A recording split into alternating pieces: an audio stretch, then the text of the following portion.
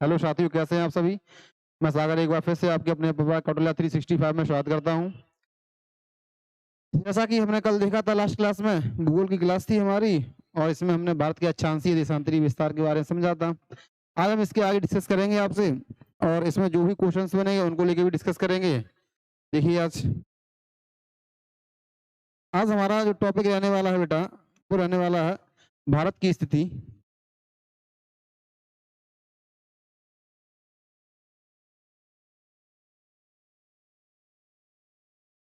और विस्तार को पहले हम रिवाइज करेंगे। उसके बाद जो हमारा टॉपिक शुरू होगा नया, उसमें भारत की सीमाएं सीमाएं एवं पड़ोसी देश के बारे में जानने का हम प्रयास करेंगे। चलिए, समझ में आया आपको यहाँ तक? अब हम डिस्कस करते हैं आज के बारे में। तो हमने भारत का कल अक्षांशीय विस्तार देखा। अक्षांशीय विस्तार के बारे में अगर हम बात करें भारत का, तो ये कितना है? 8 डिग्री 4 मिनट उत्तरी अक्षांश से लेकर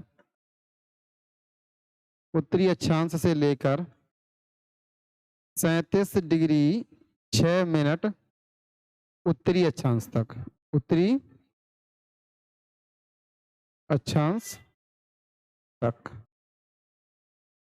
फिर हमने देशांतरीय विस्तार के बारे में समझा।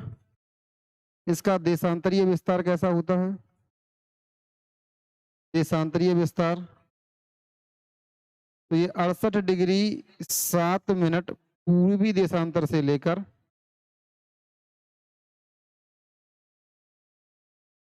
97 डिग्री 25 मिनट पूर्वी देशांतर तक। क्योंकि इस वाले सेक्शन में अगर हम थोड़ा सा समझने का प्रयास करेंगे तो यहाँ पे मेरे पास तमिलनाडु था और यहाँ पे बात करेंगे तो यहाँ पे इस वाले सेक्शन में मेरे पास लद्दाख था। यहाँ अगर बात करते हैं यहाँ पे मेरे पास गुजरात और यहाँ अगर हम बात करते हैं तो यहाँ पे मेरे पास अरुणाचल अरुणाचल प्रदेश था।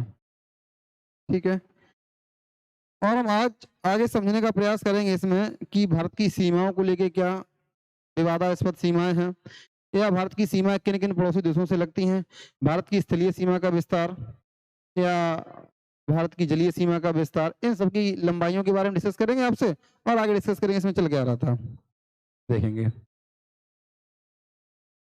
सबसे पहले भारत की सीमाओं को लेकर हम जानने का प्रयास करें तो कैसे क्या है? जो भारत की सीमा है दो तरीके से है, एक स्थलीय सीमा, दूसरी है मेरे पास जलीय सीमा। जलीय सीमा की अगर हम बात करें तो इसे हम तटीय सीमा के नाम से भी जानते हैं। तटीय सीमा भारत की जो अंतरराष्ट्रीय जलीय सीमा है, भारत की जो अंतरराष्ट्रीय जलीय सीमा है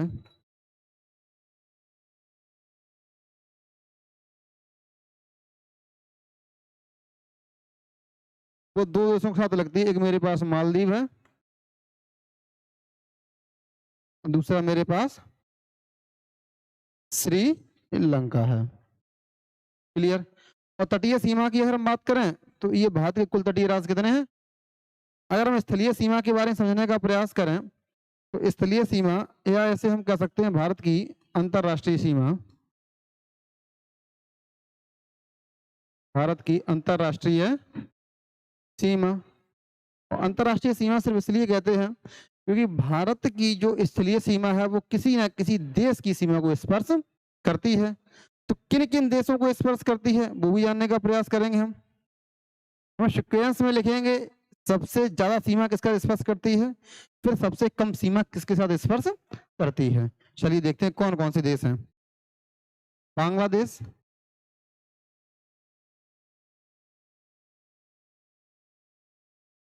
चीन, पाकिस्तान, नेपाल, म्यांमार, भूटान, अफगानिस्तान।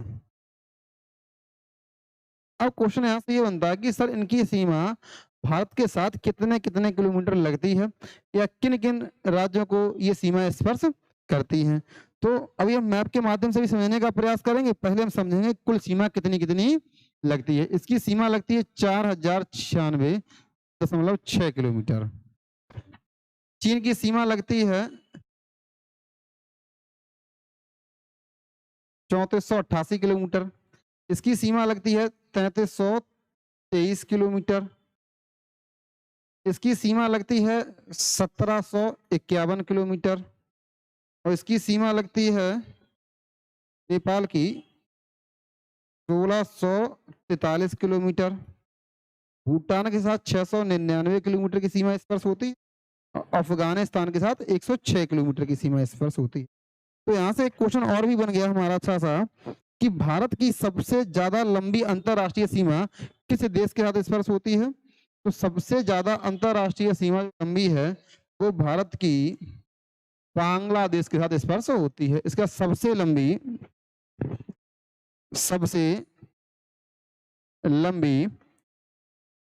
अंतरराष्ट्रीय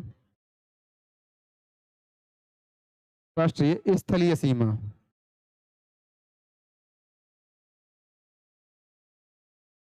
क्लियर हुआ आपको? बताएंगे एक बार। अब हम अगर थोड़ा सा और समझने का प्रयास करें इसे हम, तो कुछ सीमा अलग से भी लगती हैं, जैसे कि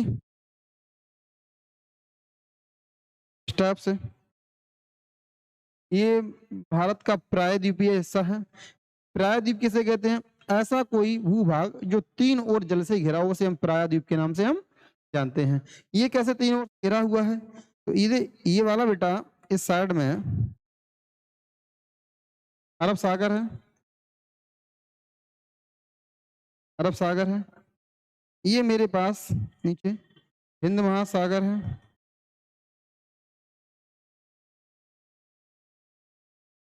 इस साइड में मेरे पास बंगाल की खाड़ी है।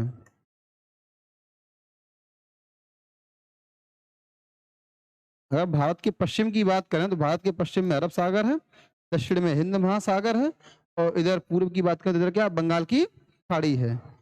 और कौन कौन से भारत के ऐसे राज्य हैं जो इन जलीय सीमा को स्पर्श करते हैं? तो सबसे पहले हम समझेंगे यहाँ पे गुजरात, महाराष्ट्र, गोवा, कर्नाटक, केरल। फिर यहाँ पे पड़ता है मेरे पास तमिलनाडु, आंध्र प्रदेश,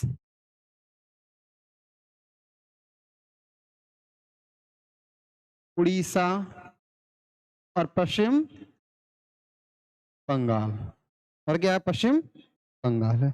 एक सीमा, अब क्वेश्चन यहाँ से यही बनता है कि सर सबसे ज्यादा सीमा किसके साथ स्पर्श होती है? तो 1215 किलोमीटर सीमा गुजरात की है, सबसे ज्यादा जलीय सीमा को स्पर्श करती है। और सेकेंड रैंक पे अगर बात करें तो 970 किलोमीटर जो सीमा वो किसकी? आंध्र प्रदेश की है, जो जलीय सीमा स्पर्श करती है। तो यहाँ से एक ये भी क्वेश्चन हमारा तैयार हो जाता है कि अगर आपसे कोई पूछे कि भारत की सबसे लंबी तटीय सीमा कौन सी है, तो गुजरात की है। और दूसरी सबसे तटीय लंबी सीमा किसकी है? ये तो ये आंध्र प्रदेश की है। लेकिन एक क्वेश्चन यहाँ से ये भी अच्छा बनता है कि सबसे कम तटीय सीमा की लंबाई किसकी है? तो सबसे कम तटीय सीमा की लंबाई किसकी है? गोवा की। सबसे कम कितनी है? 101 किलोमीटर। आशा करता हूं कि ये बातें आपको समझ में आ रही होंगी। आप में से एक चित्र के माध्यम से समझने का प्रयास करेंगे, भारत के मैप के माध्यम से समझने का ऐसे हम प्रयास करेंगे। कैसे देखेंगे?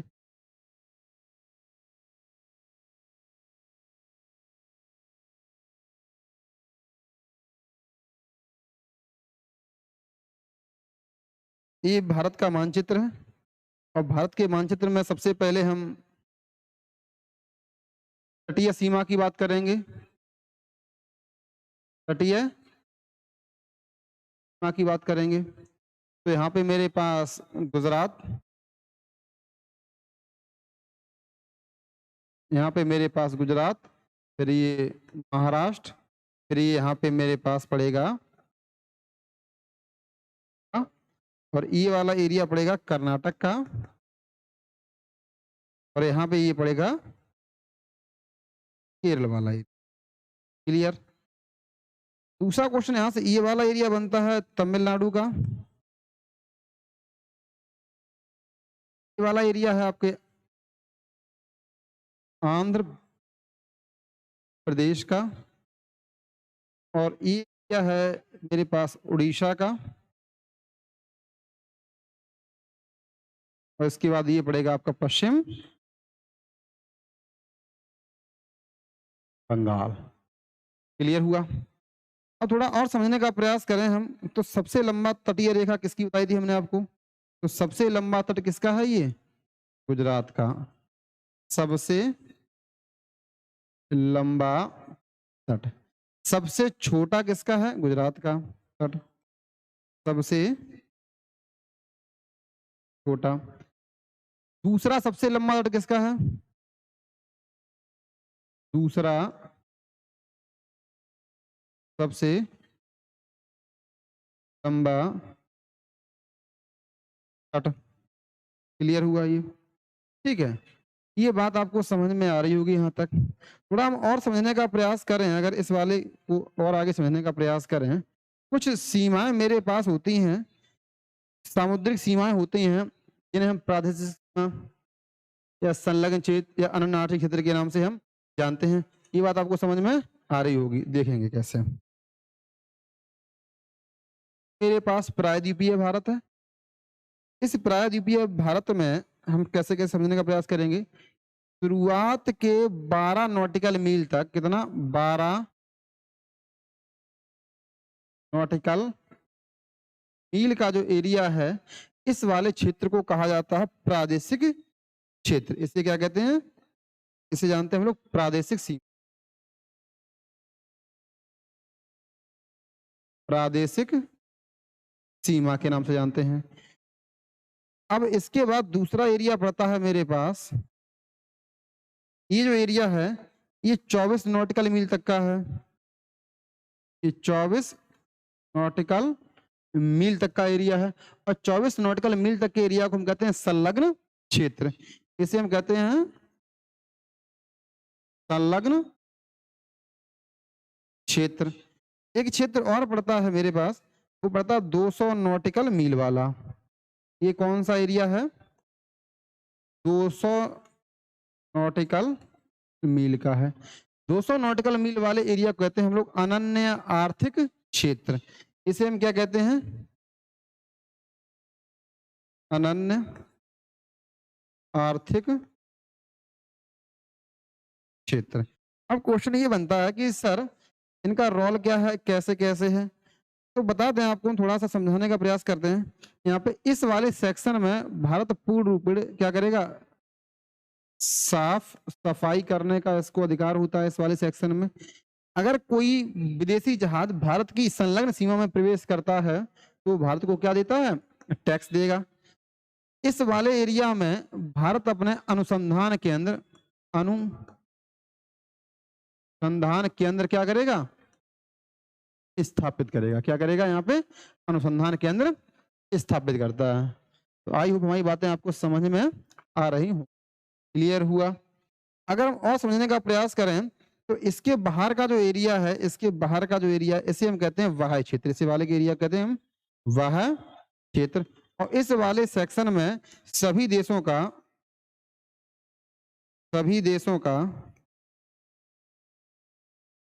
समान अधिकार होता है। सभी देशों का समान अधिकार। क्लियर हुआ? तो सीधे सीधे क्वेश्चंस मिलेंगे कि भारत अपने अनुसंधान संस्थान कितने नॉटिकल मील वाले एरिया में स्थापित करता है? भारत अपने अनुसंधान संस्थान 200 नॉटिकल मील वाले एरिया में स्थापित करता है। भारत टैक्सेशन किस क्षेत्र में वसूलेगा? तो 24 नॉटिकल मील वाले में। अब क्वेश्चन यहाँ से ये बनता है कि सर 1 नॉटिकल मील बराबर कितना होता है? तो हम बात करें बेटा आपसे, 1 नॉटिकल मील बराबर होता है 1.852 किलोमीटर। कितना होता है? 1.852 किलोमीटर। ये इस वाले नॉटिकल मील को हम कहते हैं, ये है समुद्री मील। एक प्रकार का क्या बेटा? ये समुद्री मील है। क्या? समुद्री मील। तो आपको ये सीमाओं के बारे में भी समझ में आया होगा। जैसे कि अगर मैंने आपसे कहा कि यहाँ पे ये अनुसंधान केंद्र स्थापित करते हैं, थोड़ा समझने का अगर हम प्रयास करें तो आपने एक नाम सुना होगा, उसका नाम है बॉम्बे हाई। यानी कि भारत का एक अपतटीय क्षेत्र है, उसका नाम क्या है? बॉम्बे हाई। बॉम्बे हाई ये महाराष्ट्र का एरिया है। किसका है ये? सॉरी, ये महाराष्ट्र का एरिया यहाँ पे है। महाराष्ट्र का एरिया, यहाँ पे महाराष्ट्र है और यहीं पे बम्बई है। बम्बई, बम्बई के उत्तर पूर्व में 167 किलोमीटर दूर यहाँ पे क्या? बॉम्बे हाई है। और बॉम्बे हाई क्या? एक अप तटीय क्षेत्र है। यानी कि भारत यहाँ से खनिज तेल को निकालने का कार्य करता है। यहाँ से भारत कच्चा तेल निकालता है।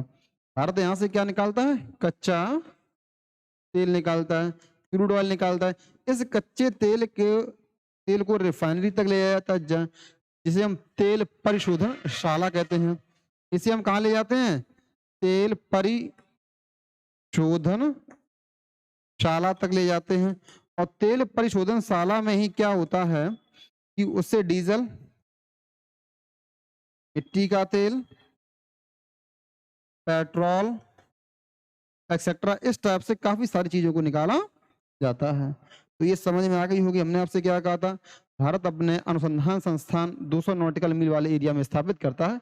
उसको एग्जांपल्स में समझने का प्रयास भी किया। कैसे प्रयास किया? बॉम्बे हाई को लेकर। बॉम्बे हाई मुंबई के उत्तर पश्चिम में, उत्तर और पश्चिम में 167 किलोमीटर दूर स्थित है, जो भारत का एक अपतटीय क्षेत्र है, जहां से भारत वर्तमान में तेल निकालने का कार्य करता है। तेल कौन सा? कच्चा तेल।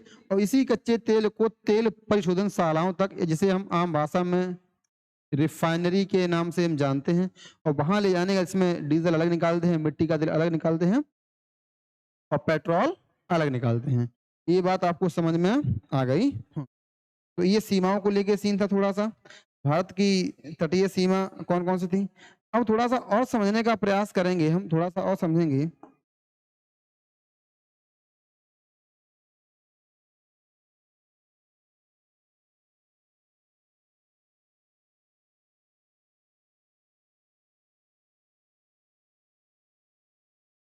ये प्रायद्वीपीय भारत था। इस प्रायद्वीपीय भारत में हमने यहाँ पे गुजरात,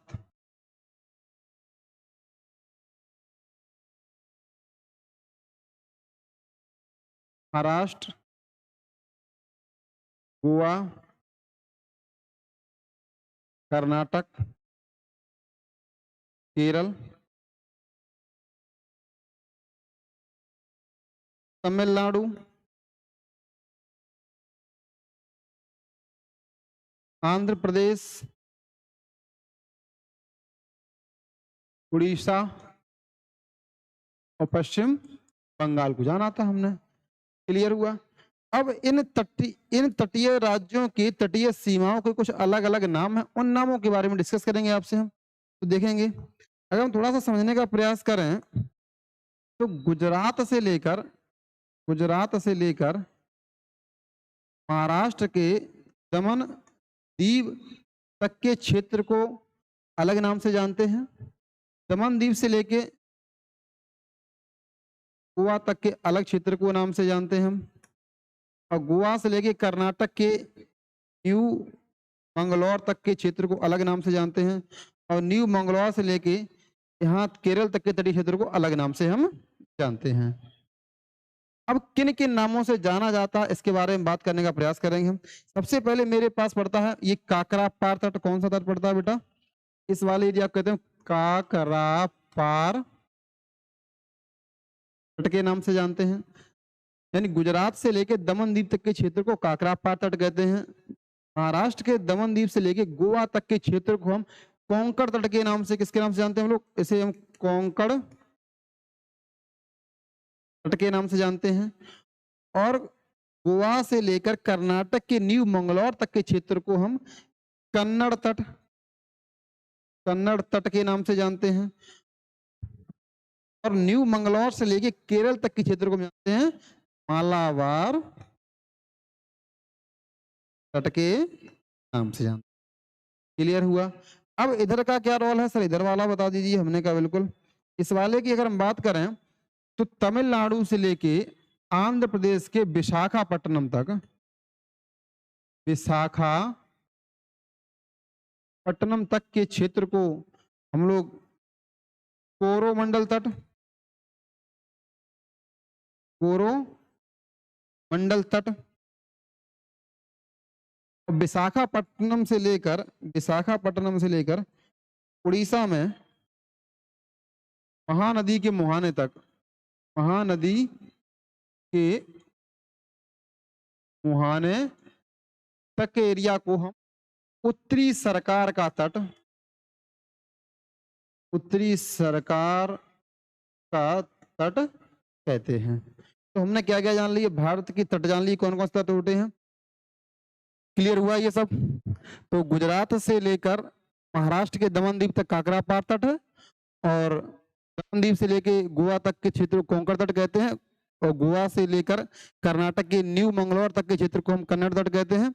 न्यू मंगलौर से लेकर केरल के लास्ट तटीय क्षेत्र तक हम मालाबार तट कहते हैं। इस साइड वाले सेक्शन वो कोरोमंडल तट, और यहाँ पे विशाखापट्टनम का तट, यहाँ से लेके उत्तरी सरकार का तट। थोड़ा और समझने का इसमें प्रयास करें तो इसमें इतना बेहतर हो सकता है हमारे लिए कि मालाबार तट का सबसे ज्यादा इंपॉर्टेंट रोल है, क्योंकि मालाबार तट पर ही सबसे पहले जब मानसून आता है तो सबसे पहले यहाँ वर्षा होती है। क्या होती है, वर्षा होती है। और वर्षा होती किधर से है, तो ये दक्षिण पश्चिमी मानसून से होती है। तो सीधा सीधा क्वेश्चन यहाँ से ये भी अच्छा मिलता है हमें कि भारत में सबसे पहले वर्षा किस मानसून से होती है, तो दक्षिण पश्चिमी मानसून से क्या होती है, भारत में सबसे पहले वर्षा होती है। और किस तट पे होती है अगर पूछा जाए तो सीधा आपका जवाब रहना चाहिए कि मालाबार तट पर। और किस राज्य में होती है तो आप तुरंत कहेंगे, राज्य की बात करें तो यहाँ तुरंत केरल की बात करेंगे। बात समझ में आई होगी। अब यहाँ से क्वेश्चन और भी बनता है कि भारत में लौटते हुए मानसून से वर्षा कहाँ होती है। अगर हम लौटते हुए मानसून की बात करें तो कोरोमंडल तट पर। तो यहाँ क्या होती है, लौटते हुए मानसून से वर्षा कहाँ होती है, कोरोमंडल तट पर। अगर मुझे लौटते हुए मानसून से वर्षा किस राज्य में होती है, तुरंत आप क्या कहेंगे, तमिलनाडु में। अब वैसे पूछा जाए तो तट पे, कोरोमंडल तट पर। क्लियर हुआ ये सब। और थोड़ा सा समझने का प्रयास करें, भारत का ये जो कन्नड़ तट है यह सबसे ज्यादा कॉफी के व्यापार के लिए क्या है, प्रसिद्ध है। क्योंकि वर्तमान में सबसे ज्यादा कॉफी का उत्पादन, सबसे ज्यादा कॉफी का उत्पादन कौन कर रहा है, कर्नाटक। कौन कर रहा है, कर्नाटक।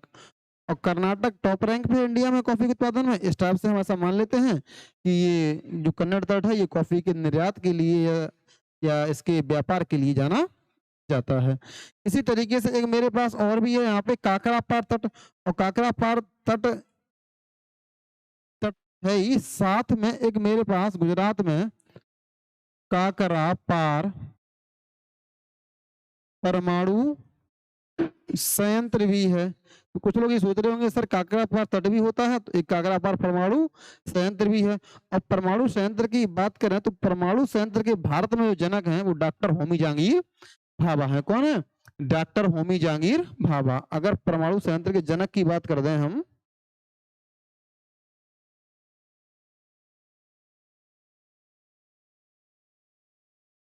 डॉक्टर होमी जहांगीर भाभा।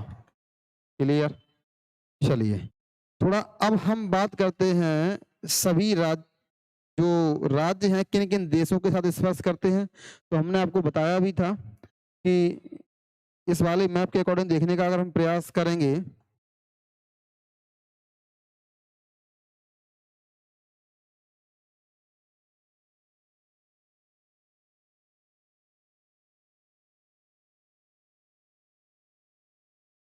इस वाले मैप पे अगर देखने का हम प्रयास करें तो कौन कौन से राज्य हैं किन किन देशों की सीमाओं को स्पर्श करते हैं, कितने राज्य हैं, कितनी कितनी सीमाएं लगती हैं, थोड़ा हम बात आपसे पहले कर चुके थे। जैसे कि बांग्लादेश सबसे ज्यादा सीमा को स्पर्श करता है, 4096.6 किलोमीटर सीमा को स्पर्श करता है। इसी टाइप से हम आज ये जानने का प्रयास करेंगे कि क्या क्या इनका रोल है। चलिए देखते हैं। सबसे पहले हम बात करते हैं किसकी, बांग्लादेश की। तो बांग्लादेश के बारे में बात करें,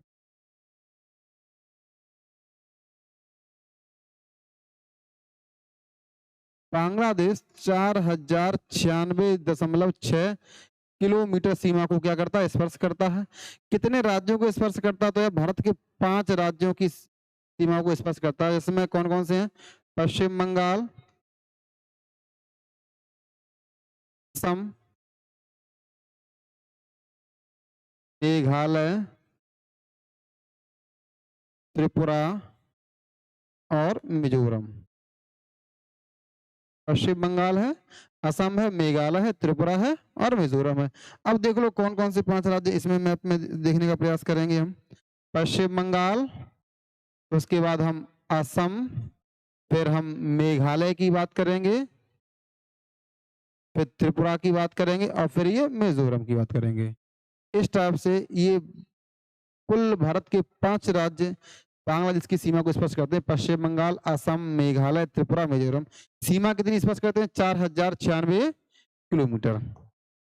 और हम बात करें, इसके बीच में जानने का प्रयास करेंगे कि भारत और बांग्लादेश के मध्य में 0 डिग्री रेखा है। कौन सी रेखा है, 0 डिग्री रेखा है। कौन सी रेखा, 0 डिग्री रेखा है। और थोड़ा सा प्रयास करें इसमें जानने का, और इसमें सर क्या होता है, हमने का बिल्कुल जानने का प्रयास करेंगे कैसे कैसे। भारत बांग्लादेश के मध्य में, बांग्लादेश के मध्य में एक न्यू मूर द्वीप है। न्यू मूर एक द्वीप है। वो कैसा, विवादित है। कैसा है ये, विवाद का एरिया है। ये भी समझ में आ गया होगा। 2015 में संविधान में 100वां संविधान संशोधन हुआ। 100वां संविधान संशोधन हुआ, जिसके माध्यम से भारत ने बांग्लादेश को क्या दिया, एक 3 बीघा क्या दिया, एक कॉरिडोर दिया। क्या दिया, रास्ता दिया। इस टाइप से तो ये भी जानना बहुत जरूरी है कि भारत ने बांग्लादेश को किस संविधान संशोधन के माध्यम से कॉरिडोर दिया। तो तुरंत आप कहना कि बांग्लादेश को 24 संविधान 2015 के माध्यम से 3 बीघे का कॉरिडोर दिया। और थोड़ा समझने का प्रयास करें इसके बारे में, थोड़ा इतिहास के बारे में इसकी बात कर लें। जैसे हम बेटा बांग्लादेश के नाम से हम जानते हैं, जैसे हम बांग्लादेश के नाम से जानते हैं, इस बांग्लादेश के जो संस्थापक हैं उनका नाम है शेख मुजीबुर रहमान।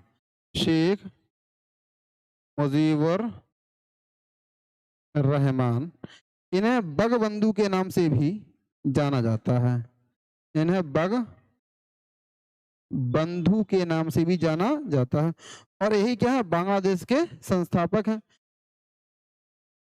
1971 से पहले बांग्लादेश को पूर्वी पाकिस्तान के नाम से जानते थे, लेकिन 1971 में यानी कि 1971 में भारत पाक का क्या हुआ, भारत वर्सेस पाक युद्ध हुआ। इस युद्ध में पूर्वी पाकिस्तान में एक संघर्ष हुआ पश्चिमी पाकिस्तान को लेकर, और एक देश नया बना जिसे हम बांग्लादेश के नाम से हम जानते हैं। इसमें बांग्लादेश बनने के निर्माण में सबसे ज्यादा जो अहम भूमिका निभाई वो किसने निभाई, शेख मुजीबुर रहमान ने। इसीलिए इन्हें बंगबंधु कहा जाता है और इसीलिए इन्हें बांग्लादेश के संस्थापक के रूप में भी जाना जाता है। ये किस पार्टी के नेता थे, तो ये आवामी लीग पार्टी के क्या थे, ये नेता थे। क्लियर हुआ, समझ में आया होगा। तो हमने सभी देशों इसकी सीमा जान ली है और किन किन देशों से लगती है ये भी जान ली है हमने। अब थोड़ा सा समझने का प्रयास करें हम। सीधा बात करते हैं किसको लेकर,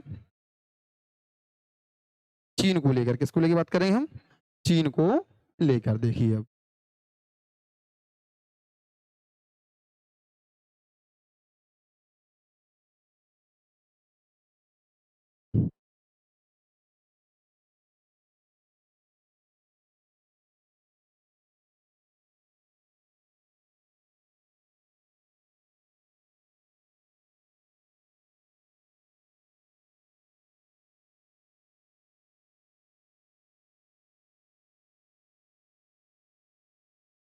वो चीन कितने देशों के साथ सीमा स्पर्श करता है? तो चीन के बारे में जान लेते हैं हम लोग।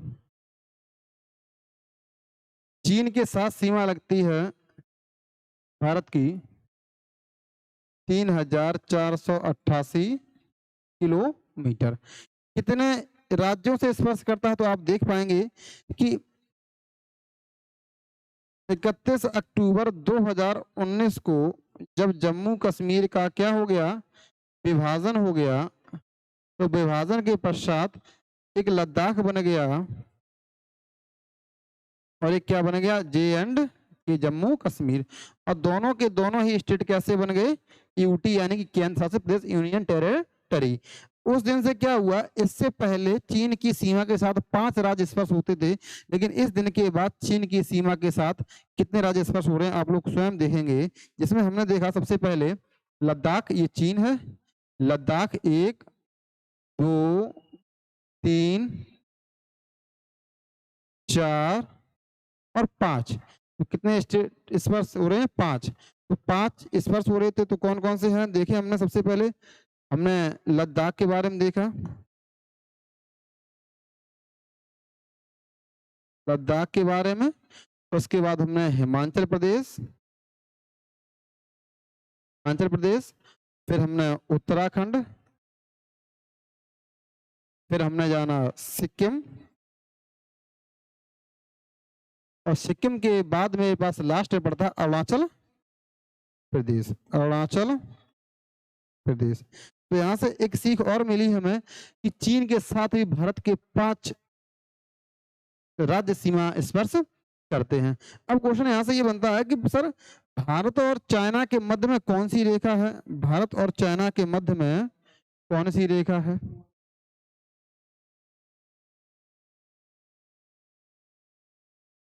चीन के मध्य में 1914 में मैक-मोहन रेखा का, मैक-मोहन रेखा का क्या किया गया? निर्धारण किया गया। और मैक-मोहन रेखा किसके द्वारा खींची गई? तो सर हेनरी मैक-मोहन के द्वारा। तो भारत और चीन के मध्य सीमा रेखा का निर्धारण किया गया 1914 में सर हेनरी मैक-मोहन के द्वारा। अब जानने का थोड़ा सा प्रयास करेंगे कि भारत और चाइना के मध्य में कौन से एरिया विवादित हैं, या इनका क्या रोल है, या ये कैसे कार्य कर रहा है। देखना,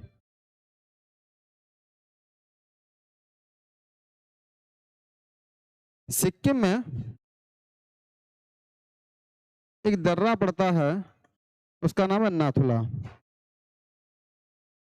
नाथुला दर्रा 1962 में भारत चाइना युद्ध के दौरान, चीन युद्ध के दौरान क्या कर दिया गया था? बंद कर दिया गया। हालांकि फाइनली इसे 2006 में खोल दिया गया है, खोल दिया गया। और नाथुला दर्रा मानसरोवर यात्रा के लिए सिद्ध है। किसके लिए फेमस है ये? मानसरोवर यात्रा के लिए। और क्या इसके मध्य विवादित है? तो और भी इसका एक क्षेत्र है अरुणाचल प्रदेश का डोकलाम। कौन सा है? अरुणाचल प्रदेश का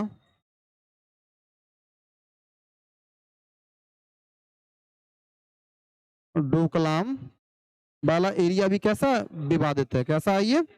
विवादित है। थोड़ा और समझने का प्रयास करेंगे। अभी हाल ही में चाइना ने एक आपत्ति दर्ज की है, उसमें ये कहा है कि अरुणाचल प्रदेश के कुछ क्षेत्र चाइना के आधिपत्य में आते हैं। इसके लिए भी अमेरिका ने एक टिप्पणी जारी की है कि जो भारत और पाकिस्तान के मध्य चाइना का जो रेखा है वो कैसी है? बिल्कुल सी ठीक है। लद्दाख को लेकर उसने टिप्पणी जारी की है, इसके बारे में एक बार देखिएगा, आप लोग समझने का प्रयास करिएगा।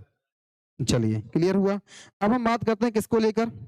अब हम बात करेंगे चाइना को लेकर, अब हम बात करेंगे पाकिस्तान को लेकर, क्योंकि चीन के बारे में समझ लिया है।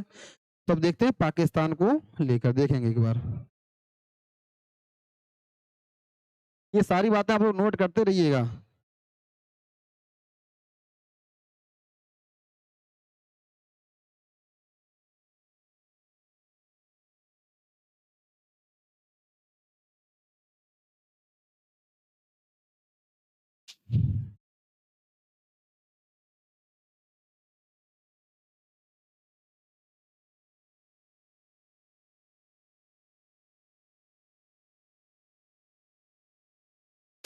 देखेंगे, अब हम पढ़ेंगे पाकिस्तान के बारे में।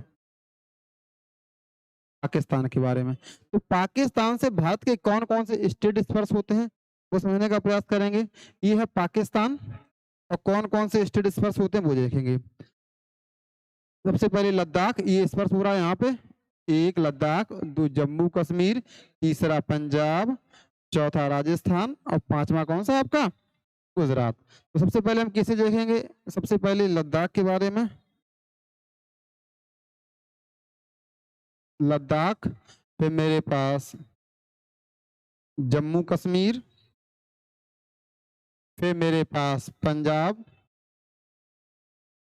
फिर मेरे पास राजस्थान, और उसके बाद मेरे पास गुजरात। क्लियर हुआ। तो पाकिस्तान के साथ भी कुल 5 राज्य अपनी सीमा रेखा को स्पर्श करते हैं। और कितने किलोमीटर सीमा रेखा बनाते हैं, तो ये बनाते हैं 3323 किलोमीटर। क्लियर हुआ। तो कितने राज्य स्पर्श करते हैं, जम्मू लद्दाख, जम्मू कश्मीर, पंजाब, 1 2 3, और चौथा राजस्थान, और ये गुजरात। क्लियर हुआ। ये बात आपको समझ में आ गई होगी। क्लियर हुआ। तो यहाँ से हम क्या समझे कि पाकिस्तान से 5 राज्य स्पर्श होते हैं, चाइना से 5 राज्य स्पर्श होते हैं, और बांग्लादेश से 5 राज्य स्पर्श होते हैं। अब देखना कि एक रेखा है भारत और पाकिस्तान के मध्य में, कौन सी रेखा है, रेड क्लिप रेखा।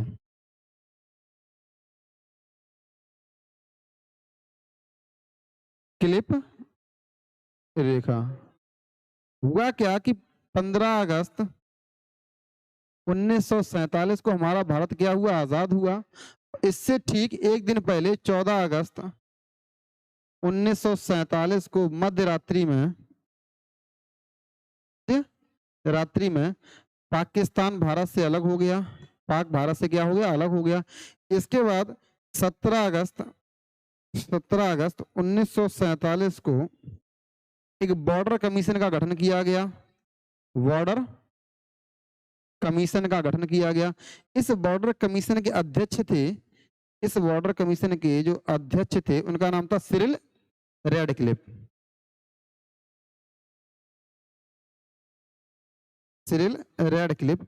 और सिरिल रेडक्लिफ के नाम पर ही एक रेखा भारत पाकिस्तान के मध्य में खींची गई, जिसे नाम दिया गया रेड क्लिप। तो आई होप आपको बात ये भी समझ में आ गई होगी कि भारत और पाकिस्तान के मध्य में रेखा का निर्माण कब किया गया है, तो 17 अगस्त 1947 को बॉर्डर कमीशन की सिफारिश से। इस बॉर्डर कमीशन के अध्यक्ष कौन थे, सिरिल रेडक्लिफ थे। और रेडक्लिफ के नाम पर ही रेड क्लिप रेखा का क्या किया गया, निर्धारण किया गया। ये समझ में आया आपको। चलिए अब हम बात करते हैं नेपाल को लेकर। नेपाल के बारे में जानने का प्रयास करेंगे, देखेंगे।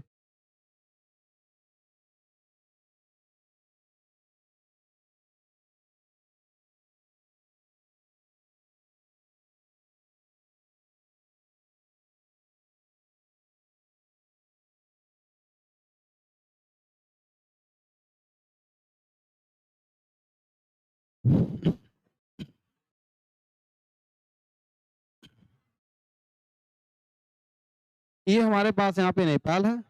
और नेपाल से कौन कौन से भारतीय राज्य सीमा स्पर्श करते हैं, तो सबसे पहले हम उत्तराखंड, नेपाल के बारे में जानने का प्रयास करें तो सबसे पहले मेरे पास उत्तराखंड है, फिर उत्तर प्रदेश है, फिर मेरे पास बिहार है, और बिहार के बाद मेरे पास ये थोड़ा सा पश्चिम बंगाल है, यहाँ जाके स्पर्श हो रहा।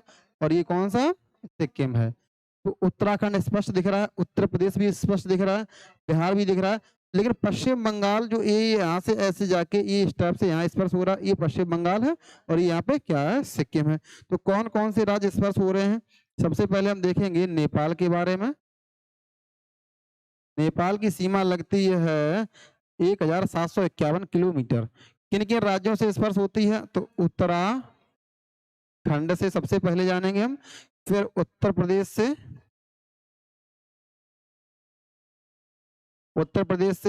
इसके बाद बिहार से, और बिहार के बाद पश्चिम बंगाल, और पश्चिम बंगाल के बाद एक राज्य बचा है मेरे पास, सिक्किम। तो कितने राज्यों से स्पर्श होता है यह सीमा? तो 5 राज्यों से स्पर्श होती है। कितने राज्यों से? 5 राज्यों से। तो ये भी आपको समझ में आ गई होगी कि यानी कि नेपाल की सीमा भारत के कुल 5 राज्यों को स्पर्श करती है। क्लियर हुआ ये? आगे हम बात करेंगे म्यांमार को लेकर। इसको लेकर जानेंगे हम। अब हम म्यांमार को लेकर डिस्कस करेंगे।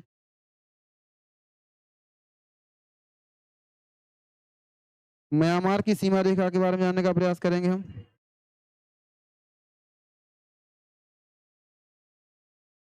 म्यांमार की सीमा लगती है 1643 किलोमीटर।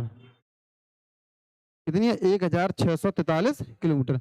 म्यांमार किन किन भारतीय राज्यों को स्पर्श करता है उसके बारे में जानने का हम प्रयास करेंगे। तो देखेंगे सीधा सीधा दिख रहा है हमें स्पष्ट क्लियर तौर पे। सबसे पहले ये मेरे पास म्यांमार है।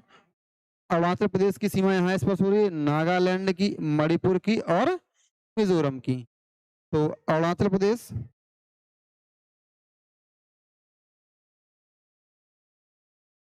अरुणाचल प्रदेश, उसके बाद मेरे पास आएगा नागालैंड,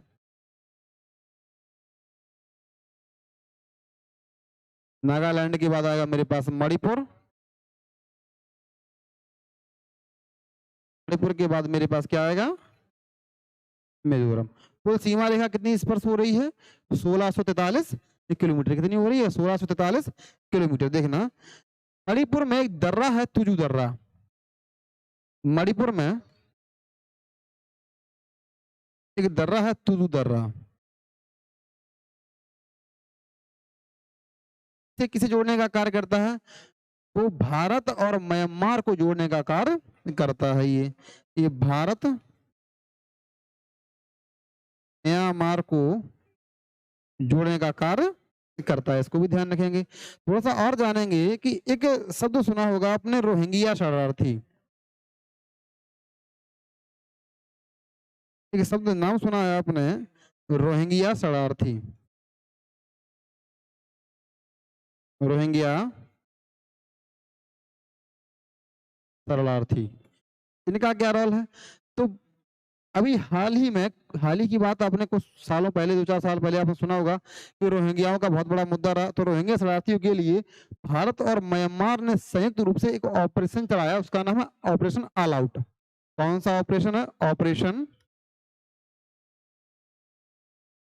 ऑपरेशन ऑल आउट। कौन सा चलाया? Operation all out. अब बता दें आपको कि रोहिंग्या जो शरणार्थी हैं वो धर्मांतरित क्या है? ये मुसलमान है। क्या है ये? धर्मांतरित क्या है? मुसलमान है। और इनको पाया कहाँ पे गया है? तो इनको बांग्लादेश के दक्षिण में, बांग्लादेश के दक्षिण में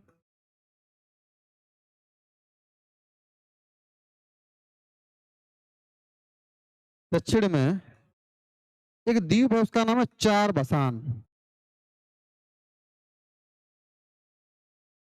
चार बसान द्वीप पे क्या किया गया? बसाया गया है। तो यहाँ से हम ये समझे कि रोहिंग्या शरणार्थियों के लिए म्यांमार और भारत ने संयुक्त रूप से ऑपरेशन ऑल आउट चलाया और रोहिंग्याओं को बांग्लादेश के दक्षिण में स्थित चार बसान द्वीप पर क्या किया गया है? बसाया गया है। ठीक है, इस टाइप से। और रोहिंग्या हैं क्या? तो धर्मांतरित मुसलमान हैं। ये बात आपको समझ में आ गई होगी। तो अब हम बात करते हैं भूटान को लेकर। किसके बारे में समझेंगे? अब हम भूटान के बारे में समझने का प्रयास करेंगे।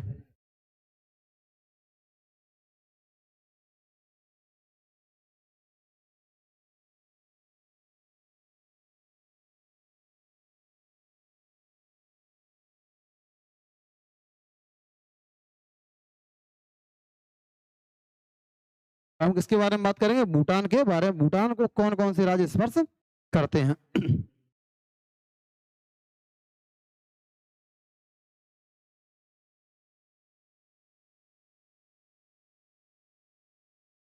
देख लेते हैं। सीमा लगती 699 किलोमीटर। कौन कौन से राज्य स्पर्श करते हैं? ये मेरे पास भूटान है, ये क्या है? भूटान है। किन किन राज्यों को स्पर्श कर रहा है? तो सिक्किम को स्पर्श कर रहा है, अरुणाचल प्रदेश को स्पर्श कर रहा है, असम को स्पर्श कर रहा है, और नीचे से यहाँ पे पश्चिम बंगाल को स्पर्श कर रहा है। तो किसे स्पर्श किया इसने? सिक्किम को। इसने सिक्किम को स्पर्श किया। फिर इसने अरुणाचल प्रदेश को स्पर्श किया,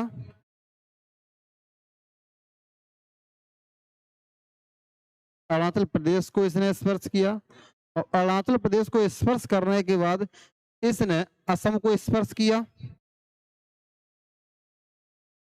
असम के बाद इसने पश्चिम बंगाल को स्पर्श किया। कुल सीमा कितनी लगती है? 699 किलोमीटर। भूटान को ही कहा जाता है लैंड ऑफ थंडरबोल्ट। इसे क्या कहते हैं हम लोग? Land of thunderbolt. इसे क्या कहते हैं? भूटान को ही कहते हैं हम लोग लैंड ऑफ थंडर बोल्ट के नाम से जानते हैं। भूटान कुल भारत के 4 राज्यों के साथ अपनी सीमा को स्पर्श करता है। क्लियर हुआ ये? नेक्स्ट हम मेरे पास बचा है अफगानिस्तान, और अफगानिस्तान के बारे में थोड़ा सा समझने का हम प्रयास यही कर लेते हैं।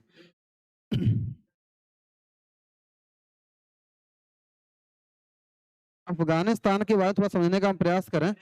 अफगानिस्तान भारत के साथ सिर्फ एकमात्र राज्य लद्दाख के साथ सीमा स्पर्श साझा करता है। तो यानी लद्दाख के साथ सीमा बनाता है। कितनी बनाता है? 106 किलोमीटर। कितनी बनाता है? 106 किलोमीटर। ये देख पा रहे होंगे आप, ये रहा आपका अफगानिस्तान, और यहाँ से निकल के ये थोड़ी सी सीमा यहाँ लद्दाख के साथ स्पर्श कर रहा है। क्लियर हुआ? तो ये सीमाओं को लेके थोड़ा सा चैप्टर था। तो आई होप कि हमारी बातें आपको समझ में आई होंगी। तो ये सब कुछ क्लियर हुआ।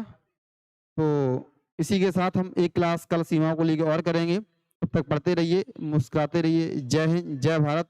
और सभी लोग कमेंट करके बताइए क्लास कैसी लगी। क्लास को लाइक करिए, सब्सक्राइब करिए, शेयर करिए, जिससे आपके साथ साथ आपके साथियों को भी एग्जाम में थोड़ी सहूलियत मिले। पढ़ते रहिए। जय हिंद, जय भारत।